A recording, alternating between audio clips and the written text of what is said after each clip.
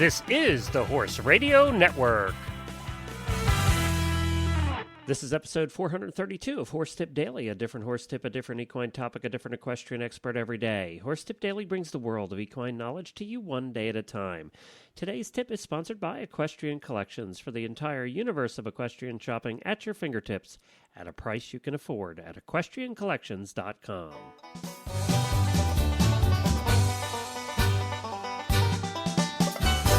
Well, howdy, everybody, and welcome back to Horse Tip Daily. Appreciate you being here. And over the next couple of days, I think the next 4 days, actually, we're going to be answering some listener emails. I got my wife to help out. Jennifer H. is going to be joining us to help answer some listener emails about some various things that listeners were curious about. So we're going to be doing that over the next couple of days. You can look forward to that. But today, we are going to bring back another nutrition segment with Dr. Tanya Cubitt. And as you know, she is a regular contributor to the Jumping Radio Show. This is taken off of Jumping Radio Show episode number 56. And Dr. Cubitt is a native of Queensland, Australia, and has a Master of Science and Doctor of Philosophy degree in equine nutrition and reproduction from Virginia Tech. She's a wealth of knowledge, and that's why we continue to share her tips from the Jumping Radio Show over here on Horse Tip Daily, all about nutrition. And this week she talks about springtime. We're going to get to that right after we talk about springtime in relation to Equestrian Collections. Equestrian Collections has all of the spring clothing and sheets and blankets and tack and everything you're going to need for the spring, whether you're competing or not competing or just trail riding, whether you need new competition clothes, a new helmet, whatever you need, you're going to find it at Equestrian Collections. And they have a special offer right now for the listeners of the Horse Radio Network. If you use the coupon code Radio Show, all one word, Radio Show, at checkout on the promotion code section, you'll get $10 off your next order of $120 or more. So that's $10 off your order of $120 or more by using the coupon code Radio Show at checkout. And you'll find a link to that on our website as well. So don't forget, when you're shopping for all of your spring and summer needs, go to Equestrian Collections first. And you'll be happy with the customer service, you'll be happy with the prices, and you'll be happy with their fantastic website, how easy it is to find everything. Thank you very much to Equestrian Collections for joining us here on Horse Tip Daily for so long. We really appreciate it. And now, this tip taken off of Jumping Radio Show episode number 56 with Chris Stafford and Dr. Tanya Cubitt. Hi, Chris. I'm doing well. And you obviously are starting to think about spring. You promised us that we'd start to get our horses geared up to the spring season now, springing back into action, I think you're calling this one. Yeah, it's definitely getting back to spring. I know a lot of my bulbs are starting to come out, flowers coming out, so I'm really feeling like it's spring, and we're going to start riding our horses more. Most of us don't have the luxury of an indoor arena or can't move down to Florida or the warmer climates. So we ride a little less in the wintertime, which is fine.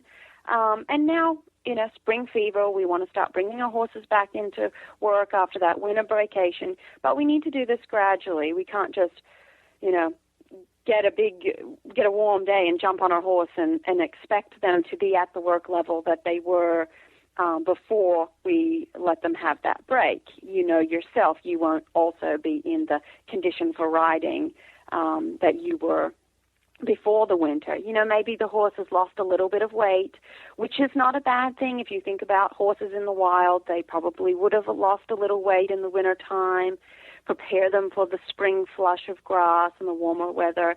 Or maybe your horse has had a little too comfortable winter break and he's gained a little bit of weight, which is not bad. We've got plenty of time to get them back into action before the competition and show season starts. But a lot of horses, even in the wintertime, even if they've had plenty of turnout, you know, what the weather's been like, they're not really going to do a lot more than just eat and stand around. So we've got to slowly bring them back into conditioning. So we've got to make feeding changes gradually. Over the wintertime, I generally recommend to a lot of my clients that it's okay to back off on the amount of, say, concentrate feed you're giving them. We absolutely need to make sure they're just getting plenty of fiber. And if you're in an area, especially that has snow on the ground, then they haven't got any grass to eat. And now we're going to start working them more, so we're going to have to start supplying a little more calories. So we need to make any feeding changes gradually. Also, if you've decided, you know, you've gone out, you've body conditioned your scored your horse, you think, well, he's a 7 or an 8. I really want to get him back down to a 6 before my competition season starts. So we also, and if we need to back off on the feed or change the feed at all, we need to do that gradually. We've talked about it in previous sessions about the digestive tract and how there's bacteria in the hindgut. And if we some horses are very sensitive, and these bacteria can be very easily put out of balance and die, or the wrong types flourish. Two things that you might notice if you make feeding changes too quickly, you might see your horse getting a little diarrhea. You might also notice that with the spring flush of grass coming on. It makes sense when you think about the grass, that the spring grass they now have available to them. It's full of water. If you chew a little bit, it's very moist. So the horse is now getting a lot more water in the diet, more sugars. So you may see a little bit more loose manure. I know this sounds weird, but also your horse may have a little more gas than is normal for him. Those bacteria, if they get a little unbalanced, may produce some gas. You know your horse best, so you know what's normal for your horse. Now, usually what I recommend, if you see those things, if they're related to the spring flush, adding just a little roughage, more stemmy, stalky fiber can help with that. But also if you know that you've made some kind of feeding change suddenly, you might want to try a probiotic paste or something. So really just make feeding changes gradually. We always say over, let's say, a 10 to 14 day period to make those feeding changes. Be careful not to overwork your horse. I know the warm weather's come on and you feel great and you think, I'm just going to gung-ho and get back into it. But you know yourself, if you haven't worked out for a long time and then you just jump into the gym, maybe it was a New Year's resolution that you're going to work out more, and you have a hard session at the gym and you can barely walk for the rest of the week. Well, it's going to be the same for your horse. An issue, if you really do kind of get into working your horse too much, is you can cause kind of an acute sporadic episode of tying up. So we really don't want to do that. We want to gradually bring them back into work. Maybe you start with a little lunging or some walk trot, but certainly, this is the Jumping Horse radio show, so if your horse has had a break, we wouldn't go back into, competition-type jumping all of a sudden. We want to condition them to get back into it.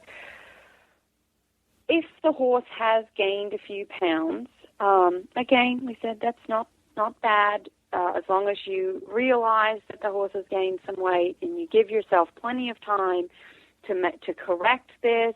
He didn't gain it overnight. It is a slow process for them to gain it, and it's a slow process for them to lose it.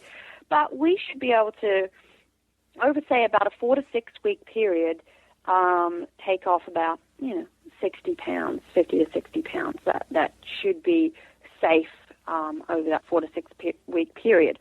We've talked before about the ration balancer pellets, which are really a low intake, 1 pound a day type pellets where the horse is going to get all the vitamins and minerals they need. These horses, make sure they're just on more of a forage-based diet. Don't put them on the performance horse diet, the high-fat, high-fiber type diet that they were on before they were having their break. Gradually, with the extra exercise, they're going to start shedding the pounds. But really, keep weight taping him, maybe take photos of the horse in the same position so you can really monitor weight loss, body condition scoring the horse. And again, obviously, if your horse has lost weight, then you want to increase weight. Like losing weight, it's a gradual process in that 2 to 3 months, 4 to 6 weeks. We can safely gain about 40 to 60 pounds on the horse, increasing the quality of fiber, putting in some more alfalfa hay, adding a little bit more fat, doing some more exercise so that we're developing muscle. But with any of this, we're doing it gradually, slowly, whether it's decreasing feed intake or increasing or changing the type of feed. So they are some simple steps. Making feeding changes gradually, don't overwork, and give yourself plenty of time to decrease body weight or increase body weight. They are my simple steps to get yourself and your horse back to the fitness level that they were before their break, and make sure that we don't have any stiffnesses, soreness, or any injuries. So they are some simple steps to bring your horse back after this winter. Terrific. Well, very good advice, very sound advice, because a lot of people have got, different horses at different levels, different ages, and, different stages of being roughed off. I remember when I was working a lot of horses in the past, especially in England, Tanya, we'd let the horses down completely. So bringing them up again was a very slow process, very gradual. We did that also in Australia. Our riding season was opposite. We rode in the wintertime because where I lived it was so hot you couldn't ride in the summertime. And over the summertime, I know we actually took our horses, our ponies, to another agistment property where they just ate grass and got really fat. So it's definitely a slow process. And I know I didn't mention, and you mentioned age, and that's really important. As the horse gets older and we start to go towards a more aged, older horse, all of these processes are just a little bit slower, a little bit longer to do. Bringing them back after the winter is a little longer. So do take into consideration the horse's age as well. Well, thank you to Chris and Dr. Tanya Cubitt for joining us here on the Horse Radio Network. That was taken off of Jumping Radio Show episode number 56. If you want to hear the rest of that episode, go to jumpingradio.com.